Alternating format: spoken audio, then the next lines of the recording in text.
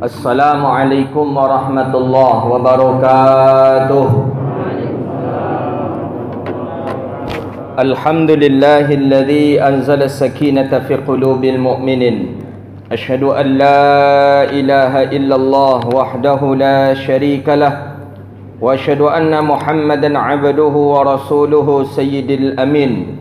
Wa ala alihi wa ashabihi wa man tabi'ahum bi ihsanin ila yaumiddin. Subhanaka la ilma lana illa ma 'allamtana innaka antal alimul hakim. Rabbi yassir wa la tu'assir ya Rabbi tammim bi khair. Subhanaka la ilma lana illa ma 'allamtana innaka antal alimul hakim. Rabbi yassir wa la tu'assir ya Rabbi tammim bi khair. Allahumma bika asbahna wa bika nahya wa bika namut wa ilaika an-nusyur. Asbahna ala fitratil Islam wa ala kalimatil ikhlas wa ala dinin nabiyuna Muhammadun sallallahu alaihi wasallam. Radina billahi rabba wa bil islami dina wa bi Muhammadin sallallahu alaihi wasallam nabiyya wa rasula. Amma ba'du. Puja dan puji syukur kepada Allah. Alhamdulillah, di waktu yang mulia ini Allah izinkan kita bisa duduk di rumah Allah Subhanahu wa taala di waktu yang mulia, di saat yang mulia, di bulan yang mulia. Mudah-mudahan Allah akhiri pula ajal kita dalam keadaan mulia. Amin ya rabbal alamin. Salawat dan salam kepada Nabi yang agung, Nabi yang mulia, Rasulullah Muhammad sallallahu alaihi wasallam. Allahumma salli wa sallim ala sayyidina Muhammadin tibbil qulubi wa dawaiha wa afiyatil abdani wa shifaiha wa nuril absari wa dhiyaiha wa ala alihi wa ashabihi bi'adadin kulli ilmillah ya rabbal alamin. Bapak Ibu hadirin yang dirahmati Allah Subhanahu wa taala, lanjutan daripada kajian kita kitab Mukhtasar fi Sahih al-Bukhari lil Imam Abi Jamrah Bahjatun Nufus, hadisun ghasadul maniyyu minat thawbi. Hadis tentang membasuh air mani sperma minat thawbi daripada pakaian. Ini hadis lanjutan daripada hadis sebelumnya. Hadis sebelumnya kajian kita adalah tentang bahawa seseorang yang mengantuk ketika salat.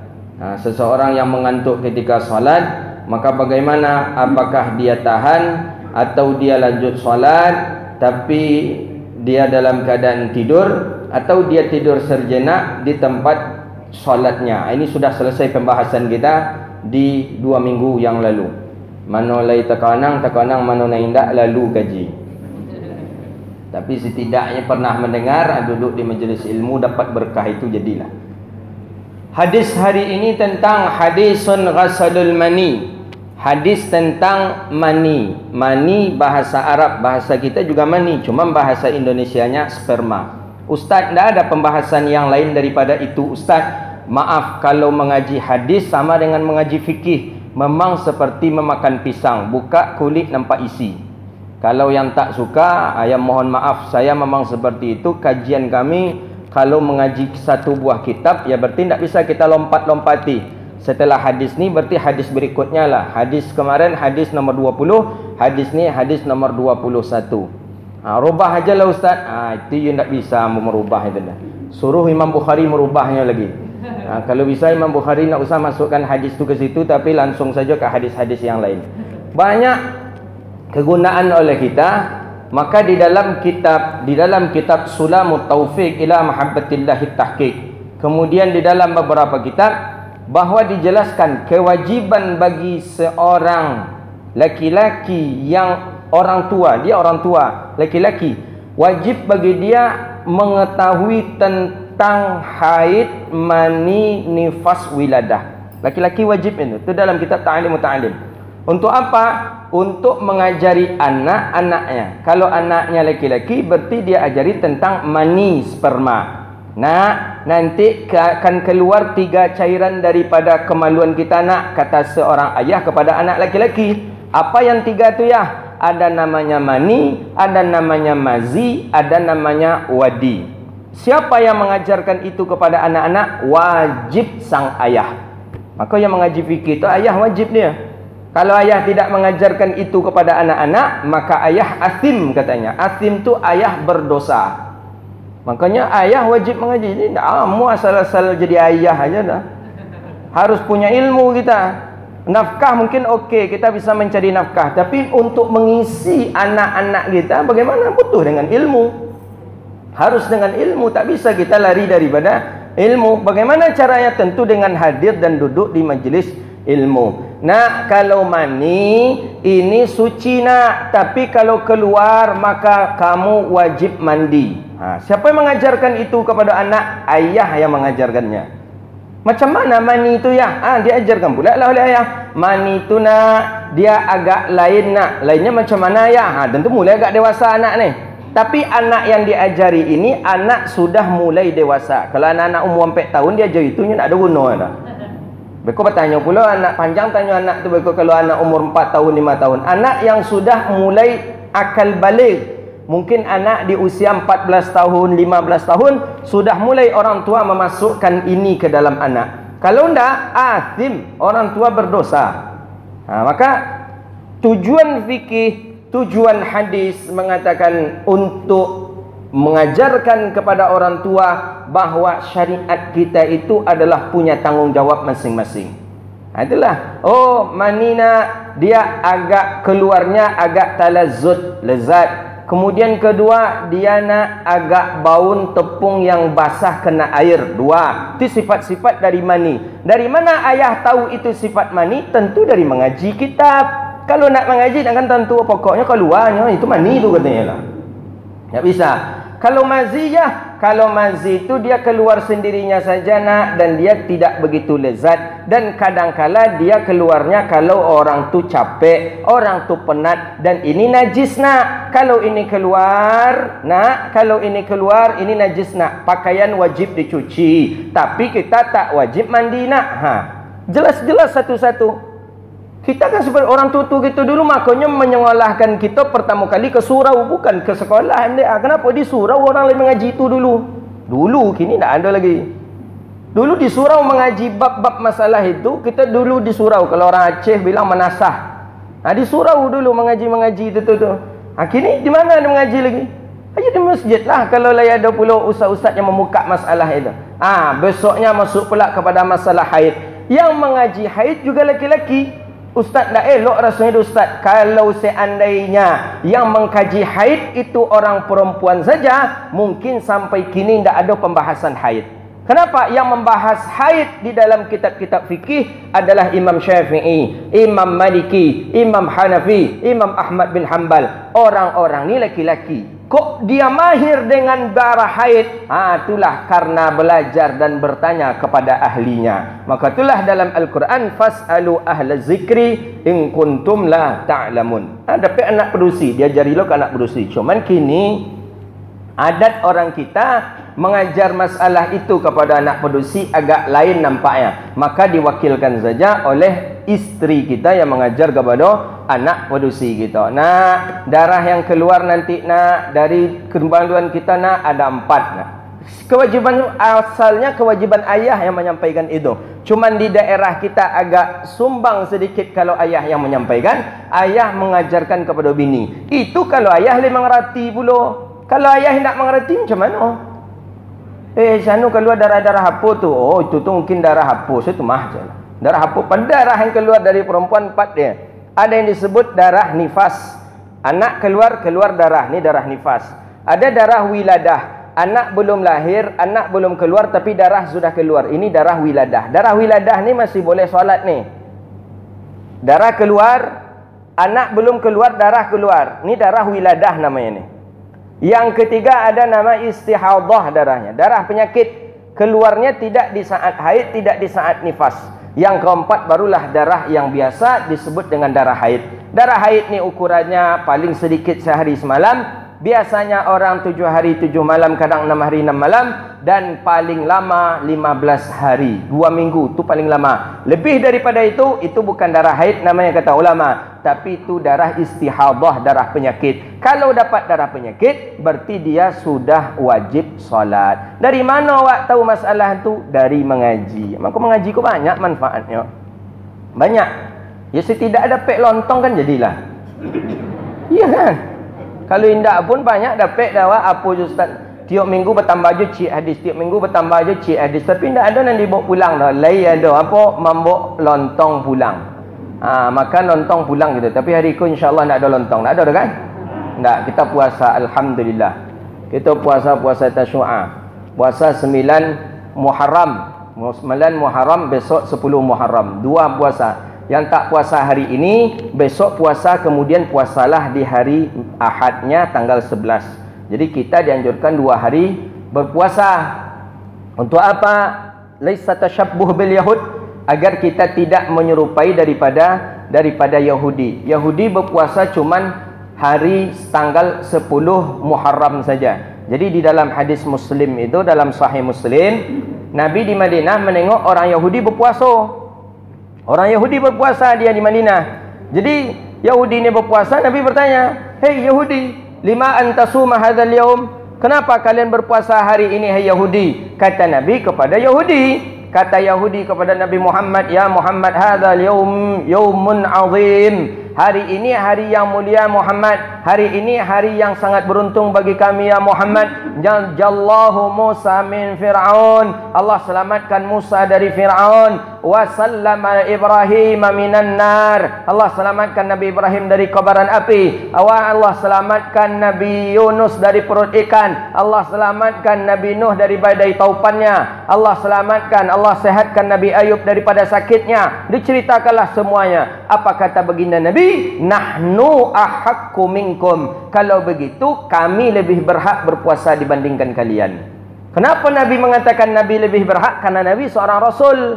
Karena memuliakan Rasul-Rasul sebelumnya, menghargai Rasul-Rasul sebelumnya, maka Nabi mengatakan nahnu ahaqqu minkum. Kami lebih berhak kalau begitu daripada kalian, kata Rasulullah sallallahu alaihi wasallam. Maka itulah baginda Nabi sallallahu alaihi wasallam melaksanakan puasa pada tanggal 10. Kemudian apa kata Rasulullah? In asya, kalau seandainya kita hidup di tahun yang akan datang, la asumanna yaumat tasi', kita akan berpuasa tanggal 9. Untuk apa? Membedakan antara kita dengan Yahudi tadi.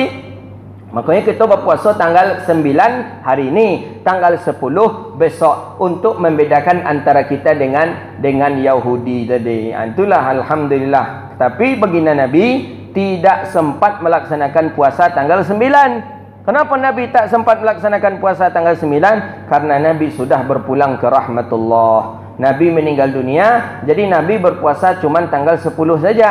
Jadi tanggal 9 Nabi tak puasa. Masih sunnah hukumnya Ustaz, sunnah. Karena Nabi sudah memerintahkan kepada kita untuk melaksanakan puasa. Jadi tak bisa tanggal 9, 10, buat 10, 11.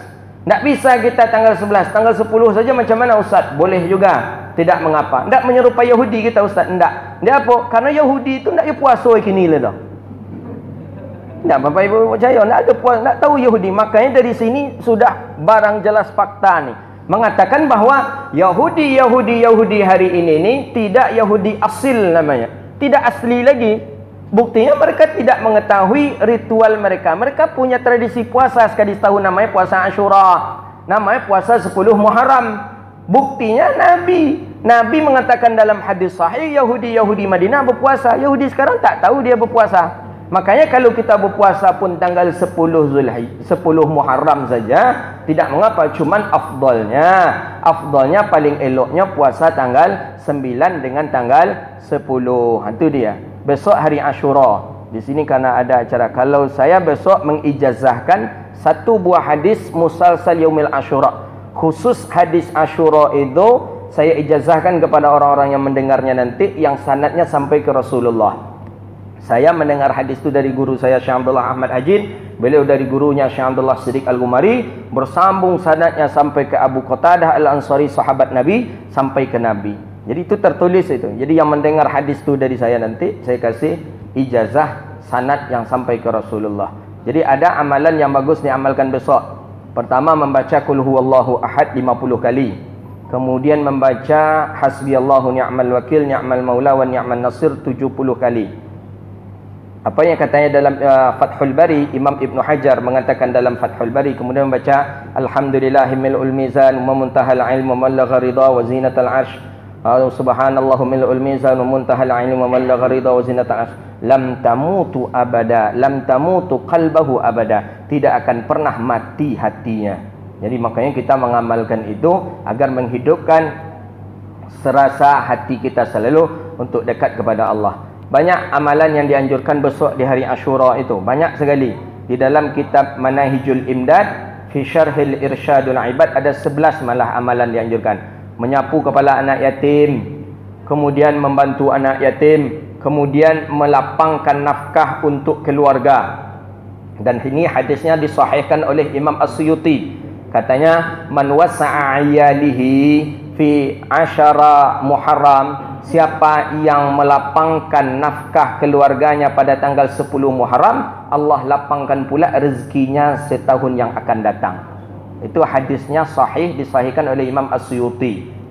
Besok itu. Jadi besok Pak anda apa curah ke ibu-ibu kau dah? Curahlah nak apa dah. Biasanya 1 juta sehari, untuk besok lagi 4 juta sehari. Sehari besok aja.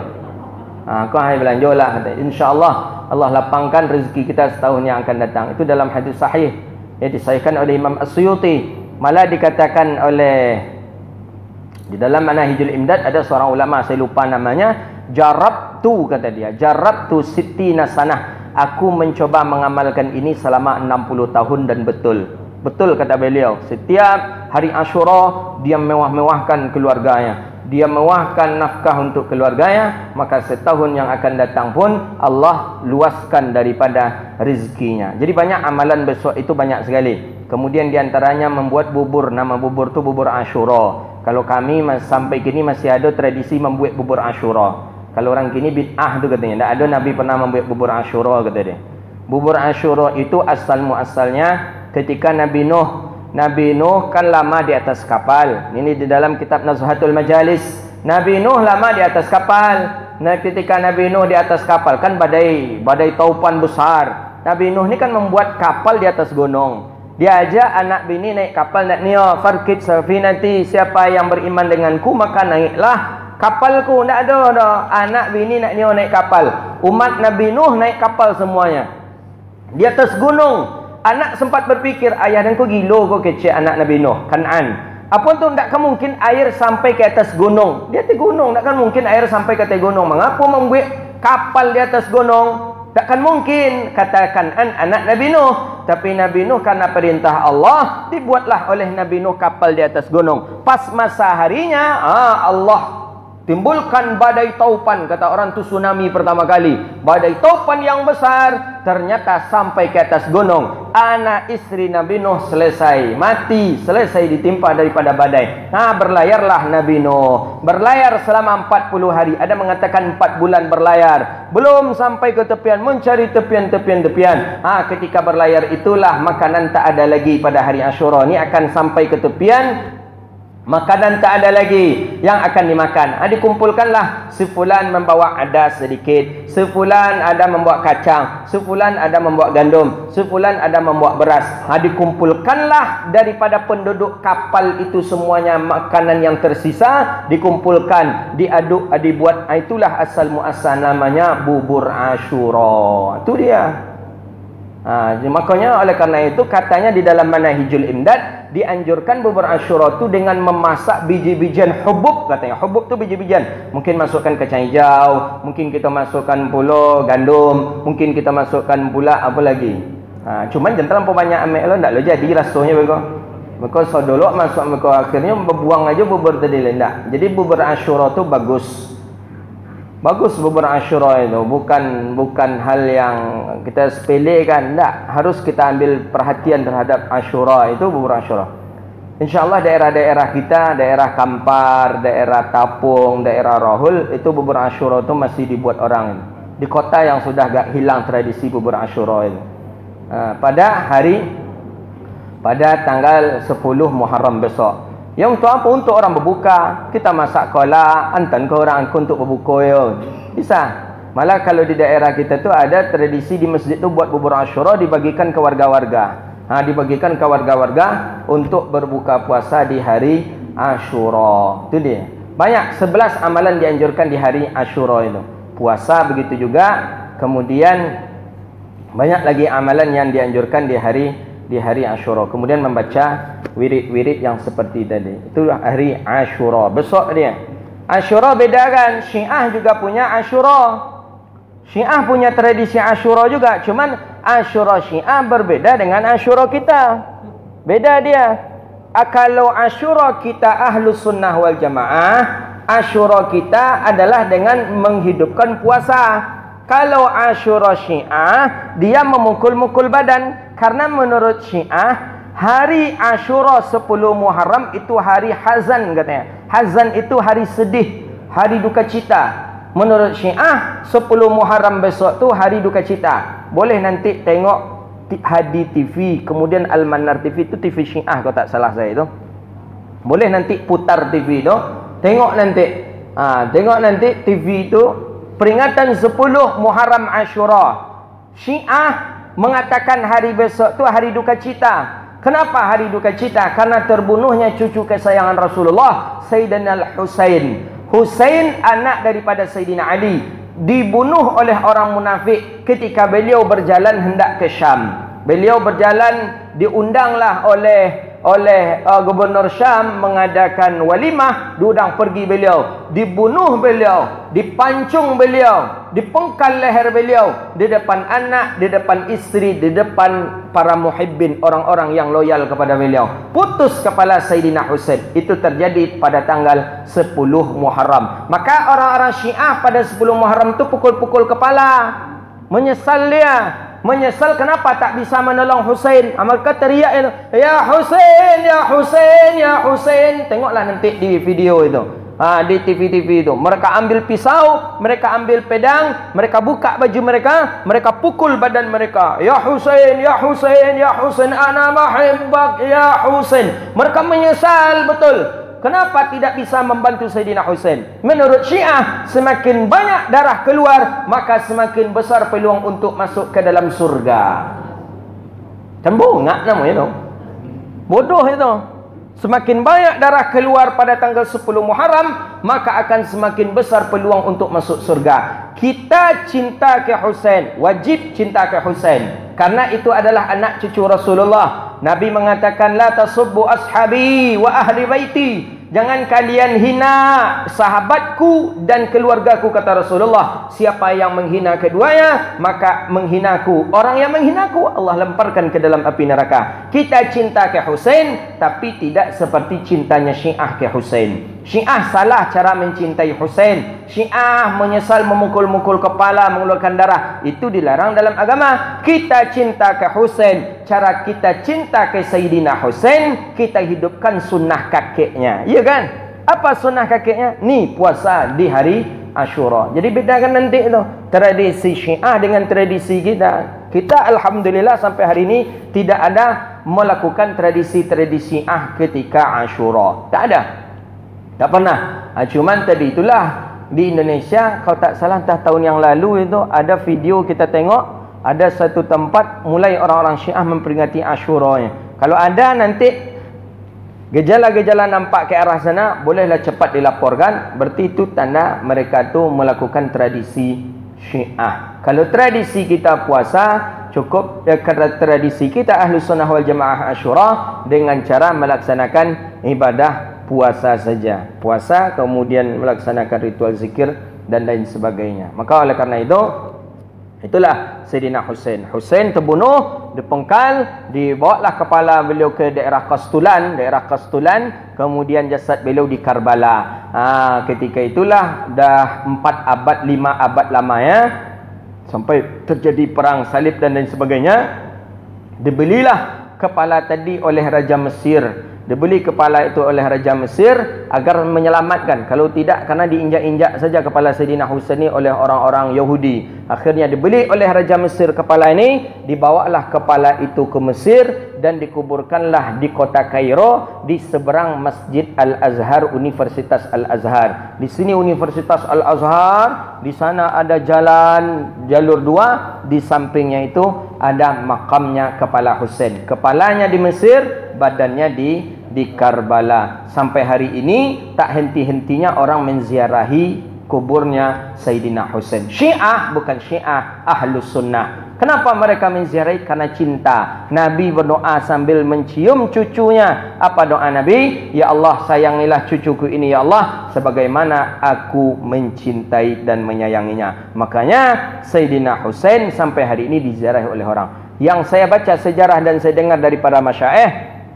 ketika dibeli oleh Raja Mesir dengan harga yang mahal, akan dipindahkan kepada kotak yang lebih bagus, emas, kotak yang bagus, diangkat kepala itu, dan kepala itu masih kental dan masih bagus darahnya. Dalam arti kata, masih mengalirlah darah segar itu, padahal dah berapa abad itu, dan mengeluarkan baunan yang harum daripada kepala Sayyidina Husain. Jadi kapan dipengkalnya kepala Sayyidina Husain? Pada tanggal 10 Muharram kemarin, besok.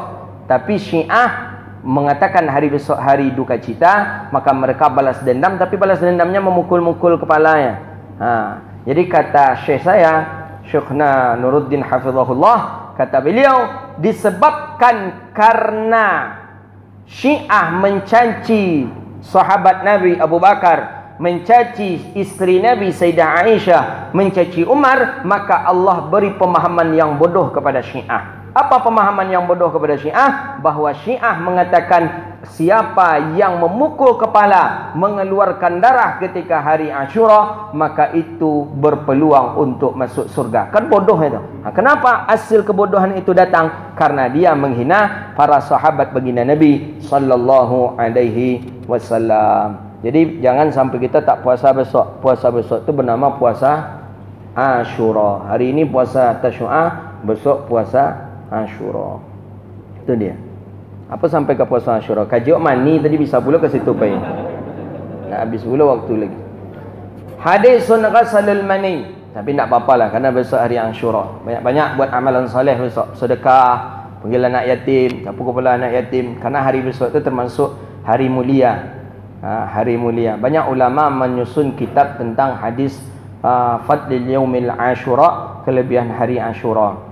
Man shama siyamu yaumal Ashura ahtasibu 'ala Allahi ayyukaffira sanatal madiyah. Siapa yang puasa pada hari Ashura, maka Allah ampuni dosanya setahun yang lalu. Jadi setahun yang lalu Allah ampuni kalau kita puasa di hari Ashura. Jadi bedakan, tidak sama ya puasa kita dengan puasa Ashura kita dengan Ashura Syiah, tidak sama. Jangan kita nanti beranggapan Ashura ini punya Syiah Ustaz. Tidak, juga punya Ahli Sunnah wal Jamaah, tapi berbeda cara melakukannya. Itu dia. Hadis tentang mencuci atau membasuh mani daripada pakaian. Ini hadis dalam Sahih Imam Al-Bukhari an Aisyah radhiyallahu taala anha. Hadis daripada Sayyidah Aisyah.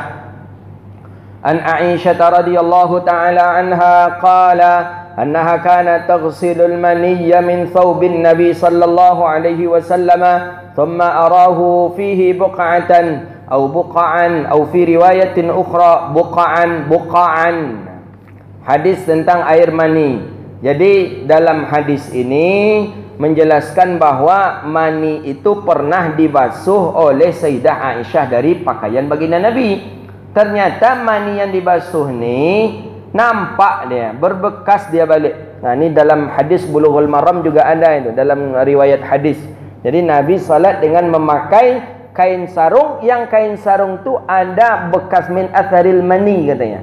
Ada daripada bekas mani. Itu dalam kitab Bulughul Maram min Adillatil Ahkam lil Imam Ibnu Hajar Al-Asqalani. Di hadis ini lain lagi. Di hadis ni Aisyah annaha kanat taghsilul mani, bahwasanya Aisyah mencuci daripada mani, membasuh daripada mani min thawbin Nabi sallallahu alaihi wasallam, dari baju Nabi. Jadi dari pakaian Nabi, ada yang mengatakan dari thawbin ini ada mengatakan bermakna izar, kain sarung, ada yang mengatakan thawbin ini adalah memang pakaian dalam arti kata jubah atau gamis Nabi sallallahu alaihi wasallam. Thumma arahu fihi, kemudian arahu fihi buqa'atan, ditengoklah ada sedikit buqa'ah. Buqa'ah ini ada sedikit bekas dia, ada sedikit bekas yang daripada tertinggal. Buqa'ah, kalau buqa'ah ini gundukan apa itu, daripada buqa'ah, daripada buqa'ah. Jadi buqa'ah, jadi apa kata Imam Abi Jamrah, hadisud yadullu 'alal ghasadul mani. Hadis ini menunjuki bahawa membasuh mani itu ada dan pernah dilakukan. Kemudian yang kedua kata beliau, anna ghaslahu yadullu ala najazatihi wa huwa madhhabul Malik. Ini dalil yang dipakai oleh Imam Malik. Imam Malik mazhab Maliki mengatakan mani itu najis. Dalam mazhab kita Syafi'i tidak. Dalam mazhab Maliki mengatakan mani itu najis. Kenapa mani itu najis? Karena dibasuh oleh Sayyidah Aisyah. Itu dia. Jadi menurut mazhab Maliki mani najis. Kalau pakaian terkena mani, tak boleh lagi untuk kita bawa solat dalam mazhab Maliki. Tapi menurut mazhab kita Syafi'i, tidak najis, mani itu suci. Maka jelas tu dalam matan Abi Suja', wa kullu ma'i'ain kharaja minas sabilaini najisun illal mani. Setiap yang keluar daripada dua jalan, depan dan belakang, yang cair yang keluar dari depan dan belakang, itu najis kecuali mani. Itu dalam fikih kita mazhab Syafi'i. Setiap sesuatu yang keluar daripada salah satu dua jalan, wa kullu ma'i'an sabilaini wa kullu ma'i'an kharaja minas sabilaini najisun illal mani. Yang keluar dari salah satu dua jalan. Mana dua jalan? Jalan depan, jalan belakang. Jalan depan buang air kecil, jalan belakang buang air besar. Keluar cairan dari salah satu yang dua ni, kalau di depan saja keluar, di belakang tidak, atau di belakang saja keluar, di depan tidak. Tapi yang keluar itu cairan, najisun, itu najis illal mani, kecuali mani. Jadi kalau cairan yang keluar mani, ia tidak najis daripada salah satu dua jalan. Maka hamba sampaikan kan, kalau keluar itu benda yang jamid bagaimana? Benda yang keras kalau keluar dari salah satu dua jalan, najis atau tidak? Ulama ada yang berpendapat najis, ada yang berpendapat tidak najis. Apa contohnya? Umpama yang keluar tu kacang tojin umpamanya. Itu contoh kita petang. Kacang tojin. Kita makan kacang tojin, rupanya kacang tojin ko di gigi ndak ada le. Niniak kau makan je dek kacang tojin kau. Indah ancu kacang tojin kau nyegigit di niniak kau dah. Temakan telulu pari tekan tik niniak tadi. Pas niniak kau tekan tik rupa cik kacang tojin tu yang keluar. Cuman kacang tojin tu yang keluar. Bagaimana dengan posisi kacang tojin ni? Berbeda dengan tadi. Kalau tadi katanya setiap yang cair, kacang tojin kau tak cair, dah jamit. Benda yang jamit, benda yang jamit. Jamit dalam arti kata keras dia. Bagaimana kalau yang keluar ni jamit? Yang keluar ni keras. Ulama juga mengatakan bahawa hukumnya ada yang mengatakan najis, ada yang tidak. Kalau dia benda yang suci, dia boleh dengan dibasuh, kemudian dimanfaatkan lagi. Begitu dia. Apa contohnya? Ya seperti kacang tajin atau seperti cincin termakan, kemudian keluar dia bercampur dengan najis, tentu ya, maka dia najis pula dia. Itulah dia. Jadi menurut mazhabnya Imam Maliki, hukum mani najis. Dalam mazhab kita Syafi'i tidak. Begitu dia. Dalilu ala jawaz dzikr ma yajibulu. Jadi Imam Abi Jamrah rahimahullah menukilkan pendapat bahawa hadis inilah yang dipakai oleh mazhabnya Imam Maliki. Dalam mazhab Maliki bahawa najis daripada mani. Tapi katanya di sini bahawa dilihatlah daripada bekasnya, dan itu tidak dikomentari dan tidak diprotes oleh baginda Nabi sallallahu alaihi wasallam. Maka dari hadis ini juga bisa kita ambil dalilu ala jawazu khidmatul mar'ati zawjaha, bahawa boleh bagi perempuan untuk berkhidmat akan perempuan akan suaminya. Jadi perempuan ini berkhidmat oleh perempuan akan suaminya, berkhidmat dia kepada suaminya. Jadi idza raditu, kecuali idza rudiyat, apabila dia redha pula. Kalau dia redha maka bolehlah dia menyuci. Jadi ini dalil bahawa perempuan tu boleh menyuci pakaian suaminya. Boleh, tidak mengapa. Sayyidah Aisyah pernah menyuci daripada pakaian baginda Nabi sallallahu alaihi wasallam. Malah itu tidak ada bandingan pahalanya. Pahalanya luar biasa Allah berikan, dan tidak satu pun manusia yang bisa mampu mengalahkan pahala yang dilakukan oleh seorang istri atau perempuan. Bayangkanlah, selama dia mengandung anaknya, menghamili anaknya di dalam perutnya, Allah ampuni dosanya. Setelah itu ketika lahir, Allah ampuni pula dosanya. Kemudian ketika dia menyusukan anaknya, bangun di tengah malam menyusui anaknya, Allah ampuni pula dosanya. Kemudian dia memasakkan untuk suaminya, Allah ampuni dosa. Menyucikan pakaian untuk suaminya, Allah ampuni dosa. Maka peluang yang paling banyak untuk dapat ampunan dosa dari Allah adalah kaum perempuan. Kaum perempuan, menetap dia di rumahnya, sudah Allah ampuni dosa. Menyapu, menyuci pakaian, memasak, mengasuh anaknya, melahirkan anak adalah perempuan, orang-orang yang paling sedikit dosanya nanti di hadapan Allah. Kalau dia simuti'ah, kalau dia bekerja itu ikhlas karena Allah Rabbun Jalla Jalaluh. Itulah hadis kajian kita hari ini. InsyaAllah kita lanjutkan di pekan yang akan datang, InsyaAllah ta'ala.